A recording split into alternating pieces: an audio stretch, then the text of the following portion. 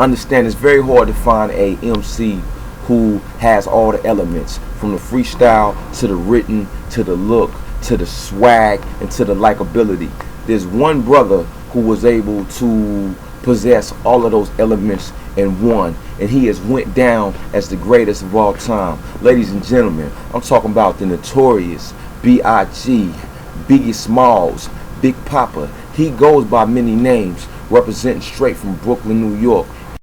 First time I heard Biggie Smalls, I was like 5 or 6 years old. People gotta remember, Biggie Smalls died way back in 1996.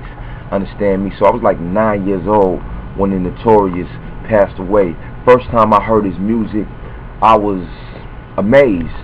I knew that I was listening to one of the greatest of all time. I was already a big fan of Tupac, and I was listening to a lot of West Coast hip-hop at that time. NWA, Warren G, what have you, Snoop Dogg, stuff like that. But when I heard B.I.G, it opened up my eyes to a whole nother level. You know, it was that East Coast, raw, underground, Brooklyn, in your face rap, you know what I'm saying, representing straight from New York, and I can most definitely dig that. See, Biggie Smalls was the last of the Mohican. He was a true rap star indeed. He had the look, he had the swag, he had the voice. Yo, that early Biggie Smalls music, it was straight gangster rap. The first song that I heard by Biggie, it went like this. It was, who the fuck is this paging me at 5:46 in the morning, crack a dawning, now I'm yawning, wipe the cold out my eye, see who was this paging me and why. You know, on that song he was talking about, it was some straight murder rap, it was some straight street rap, and I had never really heard it on that East Coast level. And when Biggie came in with it, yo, I tripped out. And I remember I had the tape, you know what I'm saying? A lot of you youngsters don't even know about the tape decks and all that. And I used to play that tape over and over again. Biggie Smalls, to me, he was like a superhero. I was a little boy growing up in northern Oklahoma, and then when I was exposed to this hip-hop by a rapper by the name of Biggie Smalls, and he talking about all this street stuff, he talking about all of these things that I had never really heard from that point of view. Yo, he instantly became one of my favorites, straight up and down. From the first time I heard Biggie Smalls rap, the first few words I heard him speak, I knew that I would be rocking with this brother from day one. And over the years, I've continued to be a Biggie Smalls fan because he represents so much to me. He represents originality. That's what a lot of MCs is lacking today. When Biggie came in the game, nobody sound like that.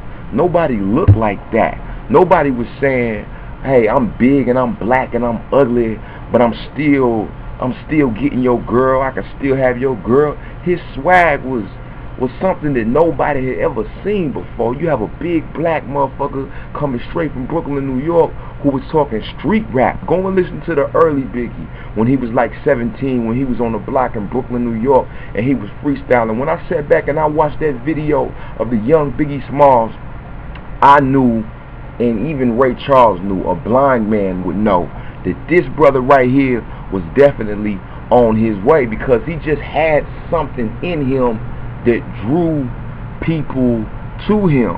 So when Biggie Smalls came across P. Diddy, and P. Diddy heard him freestyle, which P. Diddy does with all of his artists, by the way. He want to hear you freestyle because he want to see how hungry you are. He's checking for potential.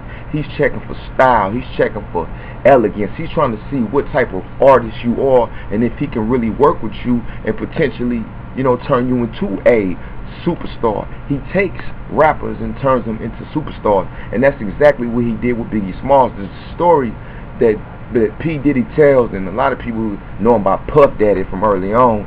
He said when Biggie Smalls began to freestyle for him, he did not want Biggie Smalls to quit, right? Like, he said Biggie Smalls could have rapped forever and he would have been cool with that, because when he heard Biggie rap, he knew that he was on to something. You see, Biggie was just a diamond in the rough, and Diddy, he was the producer. He was the one that shined Biggie up and was able to, you know, polish his style, to take him from the streets, help him make that adjustment from the streets to the game. Because when Biggie and Diddy crossed paths, Biggie was still on that street shit.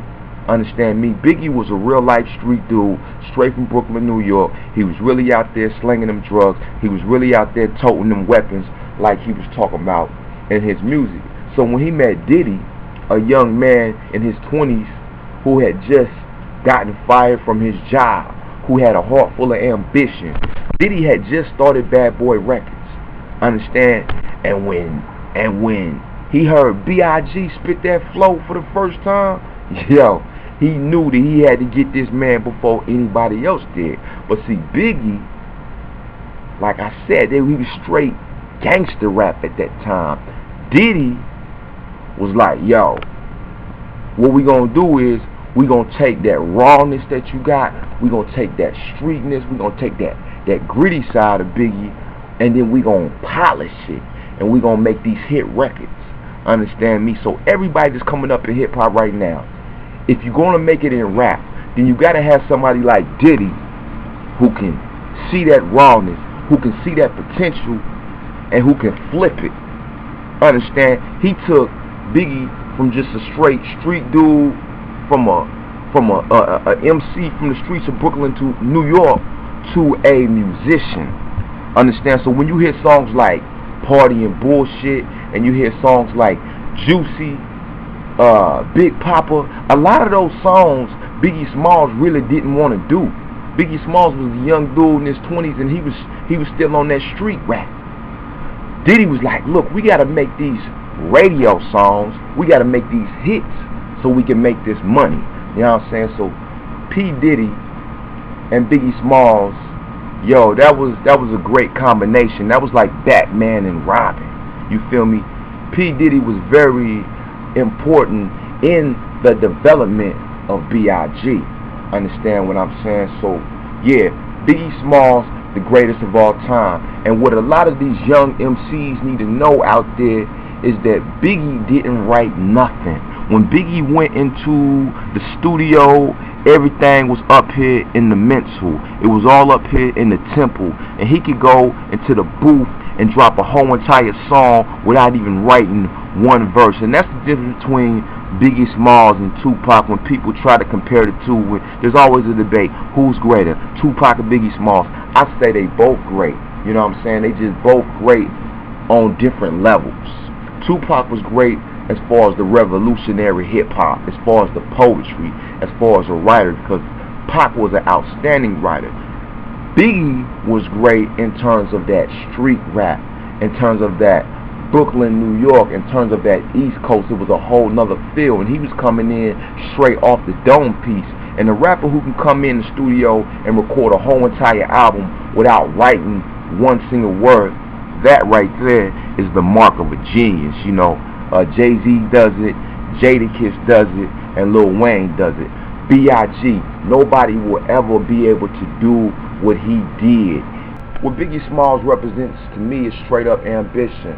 Understand? Here we have a brother who comes straight from Brooklyn, New York, never had nothing, came up in a fatherless home, sold drugs, toted guns, did whatever it took to pay the bills. And if you go back and do the knowledge, you go back and watch the movie, it talks about how he had a little daughter and he had to make that decision in his life, whether I'm going to sell this dope, you know what I'm saying, I'm going to stay out here in these streets, I'm going to keep putting my life on the line, or I'm going to get into this music and I'm going to do what I got to do to create opportunity, not just for my family, not just for my daughter, my mother, but also for the ones around him, like the Junior Mafia. If it wasn't for Biggie Smalls, you wouldn't have Lil C's, you wouldn't have Lil Kim, you know what I'm saying, who many consider the greatest female MC of all time. She came up on the Biggie. So when Biggie made that transition from the streets to hip-hop, one would think that, you know, things would go smoothly. One would think that things would go better, but actually things got worse. And unfortunately, Biggie Smalls was slain at a very young age. He was still in his mid-20s when he died. He had so much potential, so much more music, so many more things to show the world before he was cut down as a man. But I don't really like to talk about Biggie Smalls' death. I like to celebrate his music and the greatness of his music and what he brought to hip-hop, which was originality, which was, having your own style and being yourself straight up and down. Biggie Smalls, greatest rapper of all time. A lot of rappers out there try to emulate him, try to act like him, try to sound like him. Let me tell y'all something. There'll never, ever, ever, ever be another Biggie Smalls. Straight up and down, man. He set the standard for a lot of you rappers. You know what I'm saying? The king of New York. If Biggie Smalls was here rapping right now, then I'm going to just go out there and say it. Jay-Z would not be nearly as big as he is. If Biggie Smalls was still around right now, Lil Wayne would not be nearly as big as he is. That's because Biggie Smalls was so dope that he took up that much space. When he rapped, all these other rappers had to either put up or shut up, straight up and down, going in the studio, no pen and no pad, dropping lyrics that would bang forever, that we'll be talking about hundreds of years from now. Biggie Smalls, an African-American poet. Rest in peace, B.I.G. All the way from the album Ready to Die, all the way to the album Born Again. Go study Biggie Smalls. If you don't have a understanding of Christopher Wallace, the notorious B.I.G., and you claim to be a hip-hop head, go kill yourself, man. So go cop that album right now, here today, support that real hip-hop. Until next time, y'all can catch me online, richcollinsradio.com. This is my new radio show I got, Rap Radio, rapping with Rich, all the way live, and that's what I do on this show. I just break down the greatest MCs, break down, hip-hop news and what it takes to be an elite MC. Y'all catch me on Twitter at Mr. Rich Collins. Until next time, remember that knowledge is power. I'm out. Your hooroo.